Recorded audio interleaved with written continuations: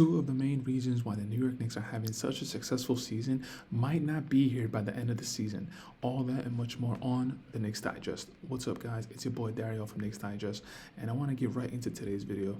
So Isaiah Hartenstein and OG Anunoby, two key contributing factors into the Knicks' successful season this year, might not be with us past this upcoming summer. And if we take a look at the numbers from Hartenstein and OG Anunoby, Hartenstein for the season averaged 7.8 points, 8.3 rebounds, 2.5 assists, converting 65% from the field and surprisingly 33.3% from three-point line and converting 70% of his free throws.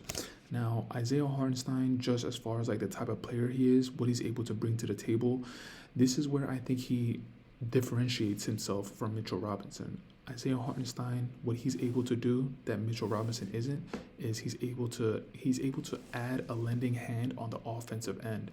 Isaiah Hartenstein, he has the ability to put the ball on the floor and create plays for others. You see time and time again Isaiah Hartenstein always signaling to Jalen Brunson or OG Anunoby or Josh Hart to go backdoor. And then you see Isaiah Hartenstein throw a beautiful backdoor pass. And then also Isaiah Hartenstein's floater game. Isaiah Hartenstein, his floater game, especially in this playoff series, has been such a big boost for this offense. And especially with Mitchell Robinson going out from like the middle of December all the way up until I want to say like middle of March or maybe beginning of April, Isaiah Hartenstein was the starting center for that time. And with the way he's been playing, he's definitely going to be asking for a lot more money than the Knicks are going to be able to offer him, which is the biggest reason why he might not return with the New York Knicks.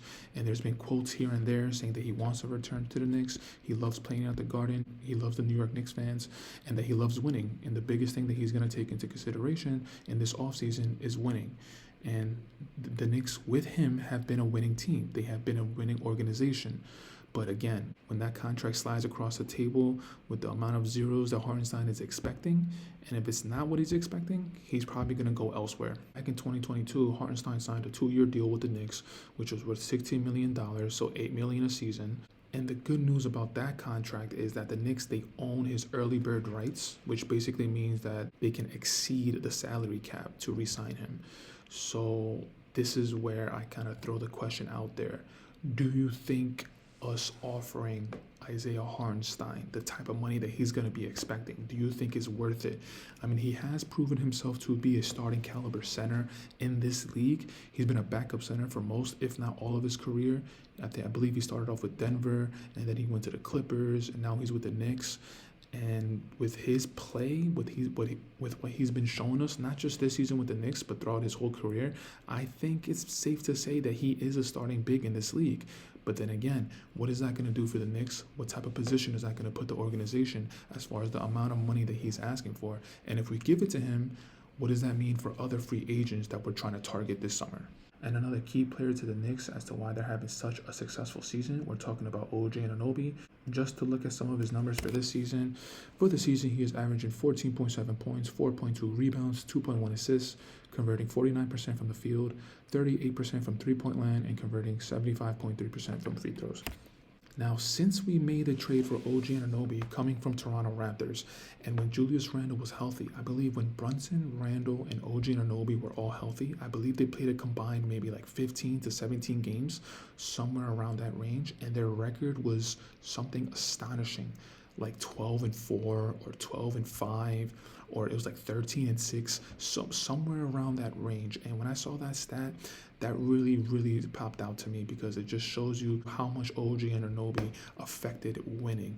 Now, OG Anunoby, what he's been able to do since he got to the Knicks, he's been able to put himself on the radar as far as being one of, if not the best perimeter defender in the league.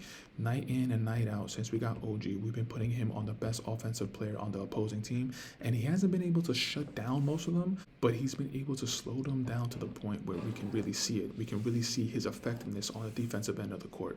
And in one of the articles that Bleacher Report put out earlier this year, they said that OG Anunoby is expecting to receive contract offers that are far above the 4-year, $118 million extension that he would have been eligible to sign with the Raptors once he enters free agency in the beginning of this summer. So just right there alone. So if the Raptors were going to be able to offer him 4-year, $118 million, and that he's going to be expecting more, Again, just like the Hartenstein free agency, where does that put the Knicks?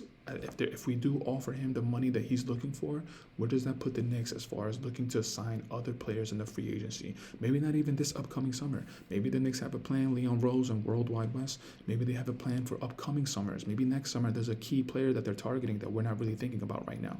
Now, there are a lot of signs that point to OG Anunoby actually staying with the Knicks. I mean, he's represented by Sam Rose, who is the son of the Knicks president right now, Leon Rose. But listen, all these numbers sound great as far as what Hartenstein is expecting for his contract, what OG Anunoby is expecting for his contract. But we got to get down to brass tacks. What are these players able to offer their teams when the lights are at the brightest? And I'm talking about in the playoffs. And so far in their first 2 games, let's start with Hartenstein. So in game 1, Hartenstein ended the game with 6 points. He converted 1 of his 4 field goal attempts, no 3-pointers, and he converted 4 of his free throws, ending the game with 7 rebounds and 3 assists. So he had 6 points, 7 rebounds, and 3 assists. We ended up getting the win. Hartenstein had some key rebounds, but that game 1 win was really off of the back of a collective effort between Deuce McBride, Josh Hart, Dante, Bogdanovich. Isaiah Hartenstein, again, he definitely did what he was able to do, guarding Joel Embiid and slowing him down. And without him, we definitely would not have won game 1.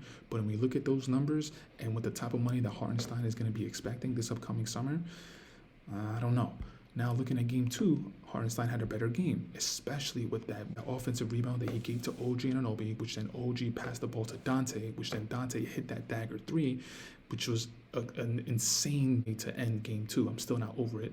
But in game 2, Isaiah Hartenstein had 14 points. He had 8 rebounds and 4 assists, converting 7 of his 8 field goal attempts. He had no 3-point field goal attempts, and he had no free throw attempts. That free throw attempts being a donut, that's kind of surprising. It's kind of hard to gauge because when I look at free throws, it shows me how aggressive that player was being. And for him not shooting any free throws in that game, it's a little surprising, maybe a little alarming. But game 2, again, Isaiah Hartenstein is definitely the co-MVP of game 2 alongside Josh Hart. Josh Hart had a monster game with 21 points, 15 rebounds, 3 assists, 7 of 16 from the field, 4 of 7 from 3-point land, 3 of 4 from free throws. Josh Hart and Isaiah Hartenstein, I think you can say they're definitely the co-MVPs of game 2. And in game 3 so far, at halftime, Isaiah Hartenstein has 8 points. He has 2 rebounds with no assists, converting 4 of his 5 field goals, no 3-point attempts, and no free throws again, but it's only halftime in game 3. And now going to OG Anunoby. In game 1, he ended the game with 11 points. He had 4 rebounds with no assists, converting 5 of his 10 field goal attempts,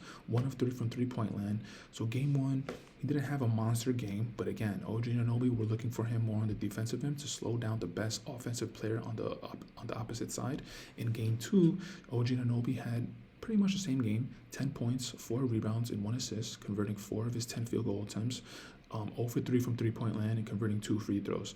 So OG Anunoby, game 1 and game 2 were kind of identical. And game 3, halftime right now, OG Anunoby already has the amount of points that he had in game 1 and game 2. At halftime of game 3, OG Anunoby has 11 points. He has 2 rebounds and 1 assist, converting 5 of his 8 field goal attempts, 1 3-point field goal attempt, and converting that one, and no free throws. And OG Anunoby in game 3 up until halftime, I've been watching the game, and he just looks a little bit more explosive. He looks a little bit more confident in just the way he's moving. But going back to the topic at hand, OG Anunoby and Isaiah Hartenstein this upcoming summer, it's going to be really interesting to see what the Knicks organization does with those 2 players. And it also depends on how they show up for the remaining of the playoff series for the first round against the Philadelphia 76ers and moving forward. If they get past whoever we play in the second round, if it's Milwaukee and Indiana, how do those two players come up and show out? And if we get to the Eastern Conference Finals, again, how do they play up until the Eastern Conference Finals? And this might be a little bit of just me getting way ahead of myself, but if we get to the finals, we also got to take that into consideration. In my opinion, the path for us getting to the finals is there. We could beat Milwaukee and Indiana, and then if we beat Milwaukee and Indiana, we're more than likely going to see Boston in the Eastern Conference Finals. That is definitely a video and a topic for another day. But Isaiah Hartenstein and OG Anunoby undoubtedly are 2 key factors in the Knicks having such success this season, and we'll see what the Knicks do at the end of this season. But that's it for today's video, guys. I want to say thank you so much for checking it out. Make sure to leave it in the comments and let me know what you guys think about Isaiah Hartenstein and OG Anunoby. Should we sign them back regardless of how much money they're asking? Should we just throw it at them because they've shown how much they affect winning? Or do you feel like, depending on the type of contract that they're asking, we should take a step back and really analyze it? But until next time, guys, you know the drill, you know the vibes. Jalen Brunson for all the MVPs. The deuce is loose for co-MVP, and Taj Gibson for president, even though he's on the Detroit Pistons. But until next time, I'm out. Peace.